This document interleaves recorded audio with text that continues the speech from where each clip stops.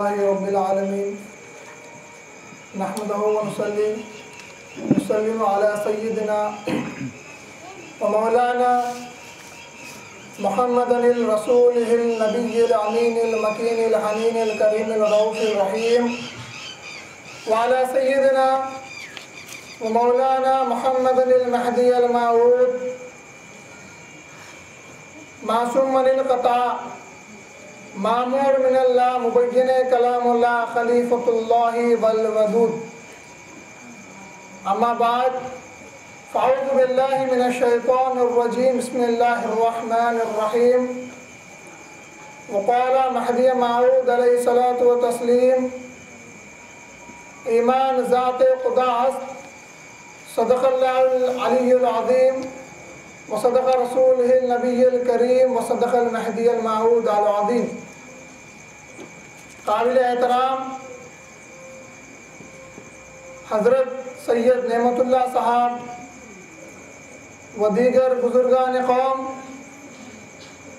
و حاضرین محفل و نوجوان دوستوں و پس پردہ سننے والی عزت مآب خواتین، السلام علیکم ورحمۃ اللہ وبرکاتہ و مغفرہ۔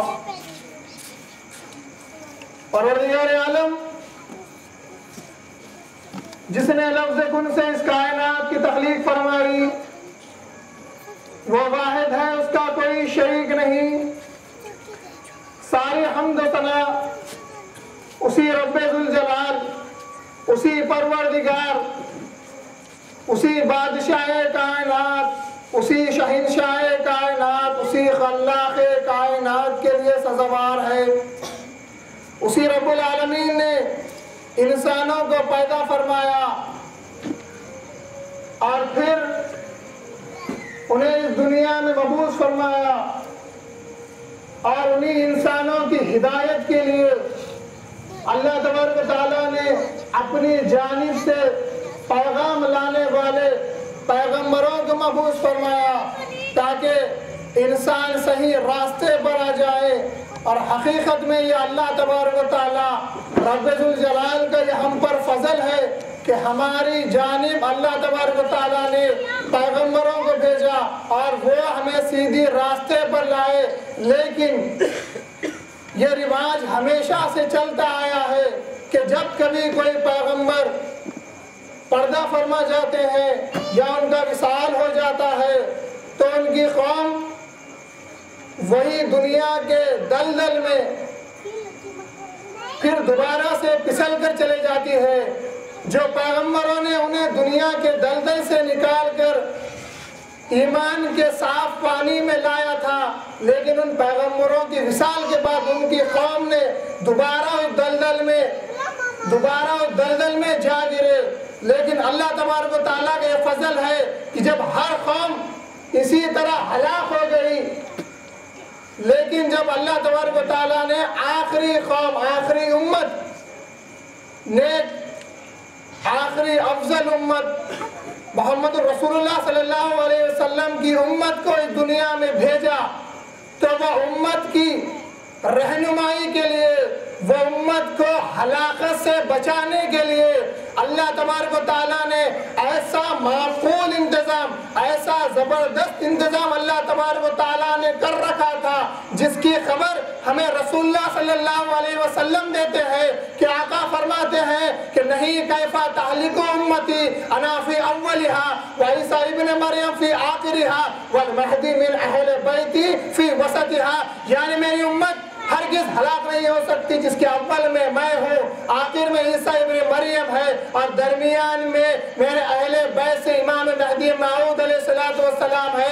تو اس سے ہمیں معلوم ہوتا ہے کہ رسول اللہ صلی اللہ علیہ وسلم کی امت کو ہلاکت سے بچانے کے لیے اللہ تبارک و تعالیٰ نے دو خلیفوں کا انتظام کر رکھا تھا۔ تو مہدی موعود علیہ السلام دنیا میں تشریف لائے، اور وہ ایمان جو حقیقت میں ہمارے دل میں ہونا تھا، اس ایمان کو امام مہدی موعود علیہ السلام نے دوبارہ یاد دلایا کہ مہدی موعود علیہ السلام نے ارشاد فرمایا ایمان ذات خدا است ہے، یعنی ایمان اللہ کی ذات ہے۔ مہدی موعود نے ہمیں سکھایا ہے کہ ایمان کامل ہونا چاہیے، اور ایمان پیغمبروں جیسا ہونا چاہیے۔ ایمان ہو تو ابو بکر صدیق رضی اللہ تعالیٰ عنہ جیسا ہونا چاہیے۔ ایمان میں عشق کی چنگاری ہونا چاہیے، ایمان میں محبت کا شعلہ ہونا چاہیے، ایمان ایک گرجتی بجلی جیسی ہونی چاہیے، ایمان ایک تیز طوفان جیسی ہونی چاہیے۔ بلکہ میں تو یہ کہتا ہوں کہ اگر تم بوڑھے ہو جاؤ تو ہو جاؤ، لیکن ایمان ہمیشہ جوان ہونا چاہیے۔ ایمان کی کیفیت وہی ہونی چاہیے جیسا کہ ہمیں رسول اللہ صلی اللہ علیہ وسلم اور امام مہدی موعود علیہ السلام نے ہمیں سکھایا ہے۔ یاد رکھے کہ اپنے ایمان کو ہمیشہ اپنے ایمان کو بلند درجے پر رکھے تو آپ کی ہر عبادت میں آپ کو مزہ آئے گا، آپ کا دل لگے گا، آپ کو خواہش ہوگی کہ آپ عبادت کریں۔ اگر آپ کے دل میں ایمان کی گرمی نہیں ہے تو عبادت میں مزہ بھی نہیں آئے گا۔ حقیقت میں اگر عبادت کرنا ہے تو ایسی عبادت کرنی چاہیے کہ آپ کے آنسو سے، آپ کے آنکھوں سے آنسو جاری ہونا چاہیے۔ یہ کب ہوتا ہے؟ یہ کب ہوتا ہے؟ یہ جب ہی ہوتا ہے جب آپ کے دل میں ایمان کی گرمی ہوتی ہے۔ یہ بھی بڑا عجیب منظر ہے کہ گرمی سے اکثر پانی سوکھ جاتا ہے، گرمی سے اکثر پانی سوکھ جاتا ہے، لیکن جب دل میں عشق خداوند کی گرمی سلگتی ہے تو نینوں سے پانی کے دریا بہتے ہیں، آنکھوں سے پانی کے دریا آنسو بن کر بہنے لگتے ہیں۔ دل ہمیشہ خدا کے خوف میں ہونا چاہیے، خدا سے ڈرنا چاہیے۔ اگر تم خدا سے نہیں ڈرو گے، اگر تمہاری عبادت میں وہ مزہ نہیں ہوگا، اگر تمہاری عبادت میں تمہارے آنکھ سے خدا کے خوف کے لیے آنسو نہیں نکلیں گے تو یاد رکھیے یہ عبادت قبول نہیں ہونے والی ہے۔ اٹھائیے حدیث، اٹھائیے صحیح ابن حبان، اٹھائیے اور شعیب الایمان اٹھائیے۔ حضرت ابو ہریرہ رضی اللہ تعالیٰ عنہ اس حدیث کے راوی ہے کہ آقا علیہ السلام رسول اللہ صلی اللہ علیہ وسلم ارشاد فرماتے ہیں کہ اللہ تبارک و تعالیٰ نے مجھ سے فرمایا، رسول اللہ فرماتے ہیں کہ اللہ نے مجھ سے فرمایا مجھے اپنی عزت کی قسم، مجھے اپنے عزت کی قسم کہ میں اپنے بندے پر خوف اور امن دونوں کو اکٹھا نہیں کرتا۔ پھر اللہ تبارک و تعالیٰ فرماتے ہیں اذا خفینی فی الدنیا، اذا خفینی فی الدنیا امنتو یوم القیامہ وَإِذَا عَمَنَتِ فِي الدُّنْيَا أَخَوْفُهُ يَوْمَ الْقِيَامَةِ۔ اللہ فرماتے ہیں اگر میرے بندے مجھ سے اس دنیا میں خوف کے ساتھ رہیں گے تو آخرت میں میں انہیں امن عطا کروں گا۔ اگر وہ اس دنیا میں مجھ سے خوف نہ کریں گے تو آخرت میں میں انہیں امن عطا نہیں کروں گا، بلکہ آخرت میں انہیں خوف ہی خوف میں رہنا ہوگا۔ تو حاضرین محترم بھائیو بزرگوں دوستوں، یہ 50-60 سالہ زندگی ہے، 50-60 سال کی زندگی اگر آپ اللہ تبارک و تعالیٰ کے خوف میں نہیں جئیں گے تو یقین مانیے وہ جو 1000 سالہ زندگی ہماری آنے والی ہے وہاں پر خوف کے سمندروں میں ڈوب کر زندگی گزارنا ہوگا۔ یہاں تو زندگی صرف 50 یا 60 یا 70 80 90 100 سال کی ہوتی ہے زیادہ سے زیادہ۔ اگر یہاں آپ اللہ تبارک و تعالیٰ سے خوف کر لے تو یقیناً اللہ تبارک و تعالیٰ آخرت میں آپ کو امن کے ساتھ رکھے گا۔ اللہ کے دیدار کے طرف میں رہنا چاہیے، اللہ کے عشق میں رہنا چاہیے، اللہ کے ڈر سے ہماری آنکھ سے آنسو بہنے چاہیے۔ یاد رکھیے جب کسی کا دل اللہ تبارک و تعالیٰ کی یاد میں تڑپتا ہے، اللہ کی یاد میں جس کی آنکھ بھر آتی ہے، اللہ کی یاد میں جس کی آنکھ بھر آتی ہے تو بھلا جہنم کی آگ اسے کیسے جلائے؟ جہنم کو پتا ہے کہ وہ مہدوی کے آگ کی تپش، جہنم کو پتا ہے کہ وہ مہدوی کے آگ کی تپش جہنم خوف کرتی ہے کہ کہیں خود نہ جل جائے، اسی لیے جہنم بھی دعا کرتی ہے کہ اے باری تعالیٰ ہر کسی کو بھیجنا لیکن ایک مومن کو نہ بھیجنا، ایک مہدوی کو نہ بھیجنا، کیونکہ مہدوی کے دل میں وہ جو اللہ کی محبت ہوتی ہے، وہ جو اللہ کی چنگاری چنگاری تمام جہنم کے آگ کو ٹھنڈا کر سکتی ہے۔ اسی لیے جہنم بھی دعا کرتی ہے کہ اے باری تعالیٰ ہر کسی کو بھیج لیکن ایک مومن کو نہ بھیج۔ اٹھائیے حدیث حاکم المستدرک اٹھائیے، حدیثوں کے دلیلوں سے بات کر رہا ہوں۔ حضرت انس رضی اللہ تعالیٰ عنہ اس حدیث کے راوی ہیں کہ حضور علیہ السلام نے فرمایا جس نے اللہ کو یاد کیا اور اس کے خوف سے، اس نے اللہ کو یاد کیا اور اس کے خوف سے اس بندے کی آنکھیں اتنی بھیگ جائے کہ اس آنکھ سے آنسو زمین پر جا گرے، تو اللہ تبارک و تعالیٰ فرماتے ہیں کہ وہ بندے کو جس کی آنکھ سے اللہ کے خوف، اللہ کی یاد کے لیے آنسو زمین تک گر جاتے ہیں، تو اللہ تبارک و تعالیٰ فرماتا ہے کہ اسے آخرت میں عذاب نہیں دیا جائے گا۔ جس کی آنکھ سے صرف اور صرف اللہ کے لیے آنسو گرتے ہیں، تو اللہ تبارک و تعالیٰ ہمیں یہ فرما رہا ہے کہ آخرت میں اسے عذاب نہیں دے گا۔ تو اگر آخرت کے عذاب سے بچنا ہو تو اللہ کی یاد میں رہو، اللہ کی یاد سے اپنے دل کو تڑپاؤ۔ لیکن آج ہمارے دل ایسے ہو چکے ہیں، حق بات ہے لیکن کڑوی ہے، لیکن ہمارے دل آج ایسے ہو چکے ہیں، دل میں یاد الہی تو بہت دور کی بات ہے، دل نرم ہونا تو بہت دور کی بات ہے، ہم برابر سے نمازوں کی پابندی بھی نہیں کر سک رہے ہیں۔ خدا کی یاد میں تڑپنا، خدا کی یاد میں آنکھ سے آنسو نکلنا تو بہت دور کی بات ہے۔ ہم یہ چار دن کی زندگی کو جینے کے لیے، یہ 4 دن کی خوشی کے لیے، یہ 4 دن کے عیش و آرام کے لیے، یہ 4 دن کی رنگ و رونق کے لیے، یہ فانی دنیا کو حاصل کرنے کے لیے ہم ہمارے خالق خدا کو بھلا چکے ہیں۔ 4 دن کی زندگی کے لیے ہم نے ہمارے خالق خدا تبارک و تعالیٰ کو بھلا دیا ہے۔ نہیں حاضرین محترم، ایسا نہیں ہونا چاہیے۔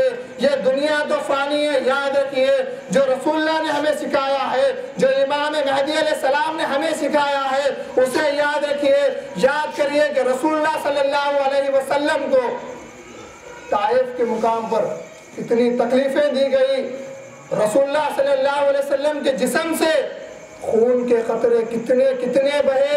ان کے بعد حضرت ابوبکر صدیق رضی اللہ تعالیٰ عنہ کو یاد کرے، آپ جس طرح رو کر عبادت کرتے تھے اس کو یاد کرے، حضرت عمر فاروق رضی اللہ تعالیٰ عنہ کی شہادت کو یاد کرے کہ آپ نے کس قدر اپنا خون خدا کے لیے بہایا ہے، حضرت عثمان غنی رضی اللہ تعالیٰ عنہ کو یاد کریے کہ کس طرح لوگوں نے ان کو شہید کیا، حضرت علی کو یاد کرے، امام حسن اور حسین کو یاد کرے، اور یہاں ولایت میں دیکھتے ہیں سید محمود ثانی احمدی رضی اللہ تعالیٰ عنہ کو قید کیا اور آپ کے جسم سے خون کے قطرے ٹپکنے لگے تھے، اور وہاں خامبیل کے مقام پر چلتے ہیں، وہاں کی فضاؤں سے پوچھو، مجھ سے نہ پوچھو، وہاں کی فضاؤں سے جا کر پوچھو کہ کس طرح بندگی میں شاہ قطمیر رضی اللہ تعالیٰ عنہ نے خدا کے لیے اپنے جسم سے اپنے سر کو جدا کیا اور پھر سر سے اپنے پوسٹ کو بھی جدا کیا۔ شاہ نعمت رضی اللہ تعالیٰ عنہ کو یاد کیجئے کہ کس طرح آپ کو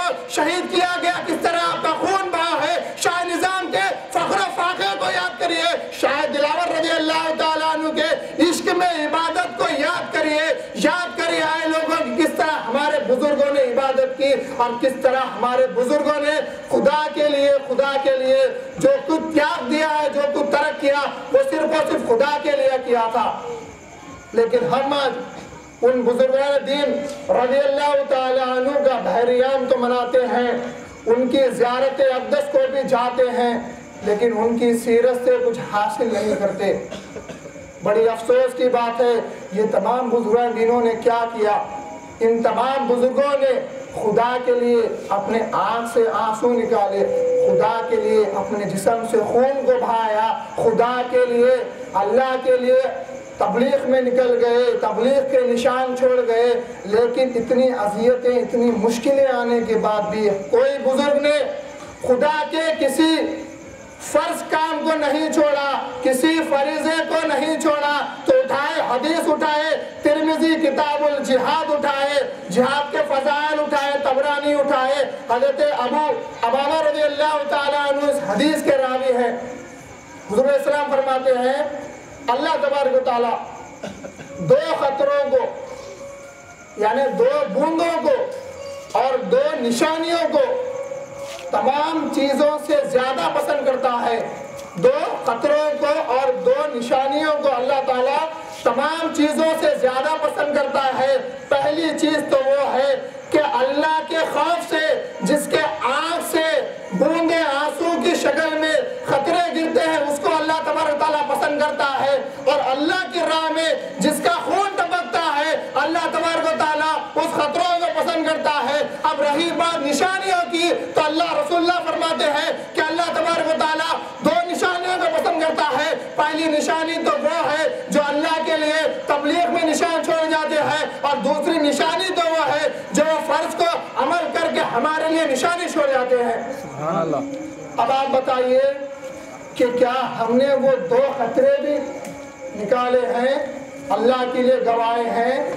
کیا وہ دو نشانیوں پر ہم عمل پیرا ہیں یا ہم نے کسی کے لیے وہ نشانی چھوڑی ہے؟ نہیں.